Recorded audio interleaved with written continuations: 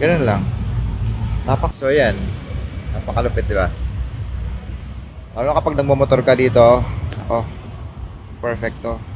Action camera. So naka 4K 120 tayo. Eh sinagad ko na, para saan pa naman, di ba? Ba't ka pa magtitipid ng specs? Minaximize ko na yung maximum features niya. Nandito tayo sa Makati, Del Llano sa street ba to? Siguro ikot-ikot tayo from Makati to EDSA, going straight to Commonwealth. Kukuha tayo ng mga scenes at para matry na rin kung si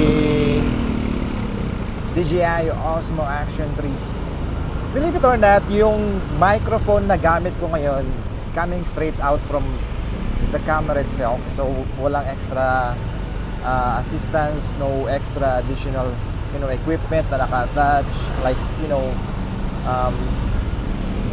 mga microphone na ginagamit ng karamihan. So coming straight out from the camera talaga siya. So let's see kung okay ba to. Okay ang output kasi ang naset ko dito is directional. So naka-point lang siya into one direction. Oops. Parang natamaan yung nag-forward siya, no? Si Avanza. Innova ba to? Nag-forward siya tapos natamaan yung salamin ng motor. Nag-stop siya thinking, ano ba nangyari? May nakalagay empty. So I don't know kung mag-uusap pa sila or mag-deal sila. Ang bait ni motorcycle rider, ha. Inayos niya yung rear mirror na sasakyan kahit hindi naman niya kasalanan, di ba? So ganun talaga ang buhay. Kailangan maglayo kang down to earth, pakumbaba para iwas sa mga gulo kung ano pa man yan. Alam mo, ang ganda ng na to, ang ganda ng parisan na kung kailan nila. Gusto ko muna to. Pwede kaya? So umabot na tayo sa Ayala Avenue. Medyo matraffic ngayon, ha, although it's Saturday weekend. Pero okay lang. Dire-diretso lang tayo punta Commonwealth. Baby, don't be scared. Ang inaalala ko lang talaga yung audio quality. I mean, curious pala ako kung okay ba yung talagang quality niya. Yung to the point na narinig ba siya ng maayos. Siyempre wala naman tong dead cat, so yung surround sound or background sound talagang all in recorded talaga yung lahat ng eksena. Pero ang mas interesado ako kung nakaka-capture niya ba ng maayos yung boses ng nagsasalita in a way na naiintindihan siya. Alam mo yun, at least naiintindihan. You're not expecting for the best of the best quality, pero at least yung naiintindihan siya. At believe it or not, na-try ko na itong niya, yung Rocksteady Plus stabilization night mode. Napaka-linaw pa rin at napaka-smooth nung nung stability. Hindi siya yung tipong na-try ko kasi yung GoPro 11 or GoPro 8 pala, GoPro Hero 8. Kita mo talaga, nagsasuffer siya kapag pag gabi, pero the best in quality. Pagdating sa stability, siguro mas okay sa akin ng DJI, pero pagdating sa quality ng video footage, mas pipiliin ko si GoPro. Pero syempre, it comes with a price, mabili mo ng package. Anyway, going back to DJI, grabe. Itong camera na to, nung binili ko to ng second hand, pero brand new, never been used, second hand siya, for 13,000 pesos. Package na yun, combo na yun, so ibig sabihin, nandun na yung full box. Meron siyang 3 extra batteries, meron siyang battery charging hub or case. Meron din siyang parang camera stick ba yun na napakahaba, the best for vlogging. Believe it or not, yung isang battery dito, hirap na hirap ako ma-lowbat. I-lowbat yung isang battery nito kasi umaabot talaga siya ng halos, experience ko pag gumagawa ako ng street photography, umaabot siya ng halos 2 hours, more or less, ganyan. Kaya sulit. So pag meron kang tatlong battery, can you imagine kung I would say na kaya mo siyang gamitin the whole day. Kung yung estilo mo naman ay kukunin mo lang kung ano yung may magandang eksena, hindi yung record ka ng record na wala namang pangyayari, walang eksena, walang interesting object or action scenes. The best talaga yung 3 batteries good enough for the whole day. Hindi mo na kailangan halos mo magdala ng power bank. Hindi na kailangan ng power bank.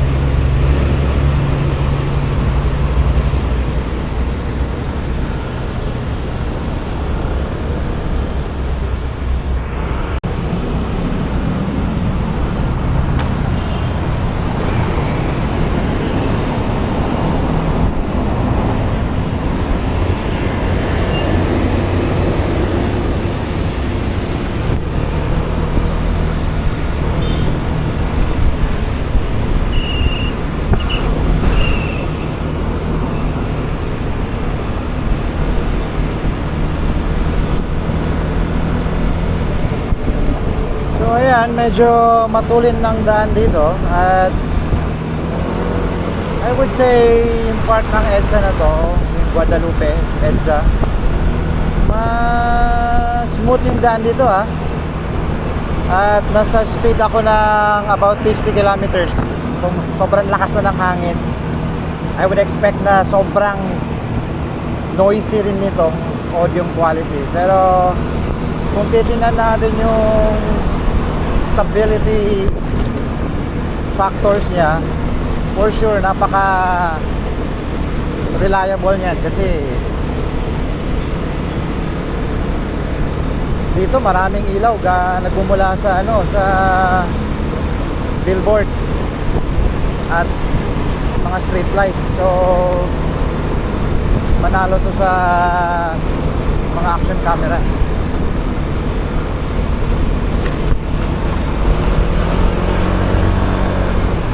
Dito na magsisimula yung bumpy road.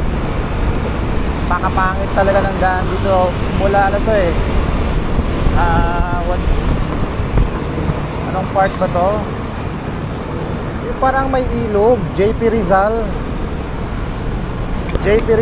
ng Makati and Mandaluyong. Grabe, napakapangit ng daan dito.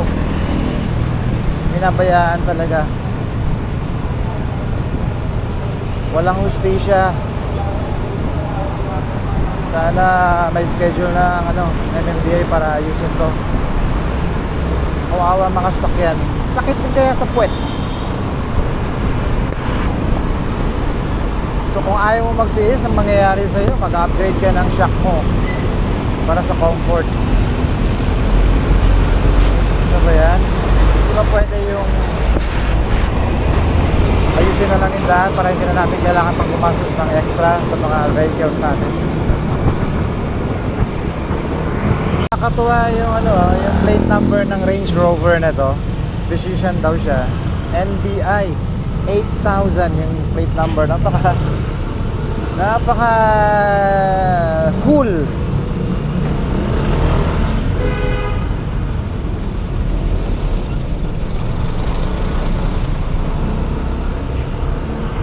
May construction pala dito. I believe ano to, naglalagay sila ng asfalto ba yan ang tawag nila dyan sa pampasmooth ng kalsada.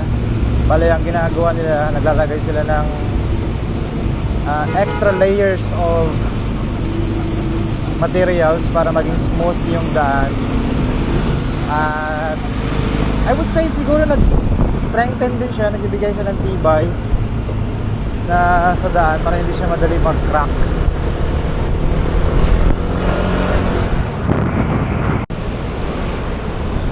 So nandito na tayo sa may Mega Mall. SM Mega Mall, Mandaluyong, Ortigas, San Juan. At thank you Lord, hindi umulan. Mamisa-misan lang ang day off ko. Pag umulan pa, ewan ko na lang, sirang-sira talaga ang day off ko. So hopefully hindi umulan at para marami tayong magawa today.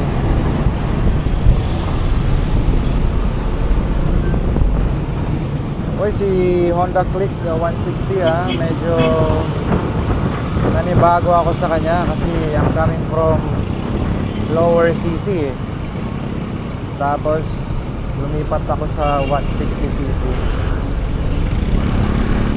Parang sobrang overwhelming yung pakiramdam.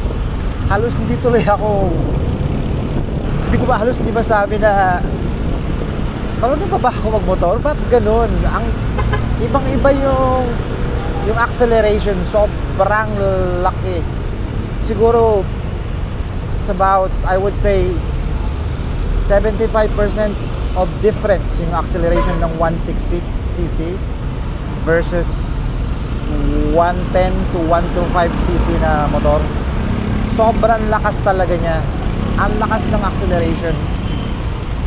Siyempre yung bilis, maraming factors na yan pero yung acceleration na pinag-usapan, grabe, sobrang lakas at ang bilis. Tapos pagdating sa smoothness naman, grabe, sobrang suwabe. Napaka-suwabe nung speed niya. So, for example, pwede kang magpatakbo ng 5 kilometers per hour. Smooth pa rin siya, kahit sobrang bagal niya. Tignan mo, bibigyan natin siya ng hatak Oh, di ba? Basta ang lakas niyang humatak, ang bilis. So sulit talaga, solid. Saludo ako sa Honda Philippines sa pag-upgrade ng mga motorsiklo nila, especially sa Honda Click series. So sa Shrine na tayo, medyo traffic nga talaga. Anong oras na ngayon? Tinan mo, 10:45 PM na to ng gabi ng Sabado. So napaka-unusual, ba't ganito ka-traffic? May Honda Click pala dito na 160 white. Meron siyang angkas. Pabulin natin ng konti.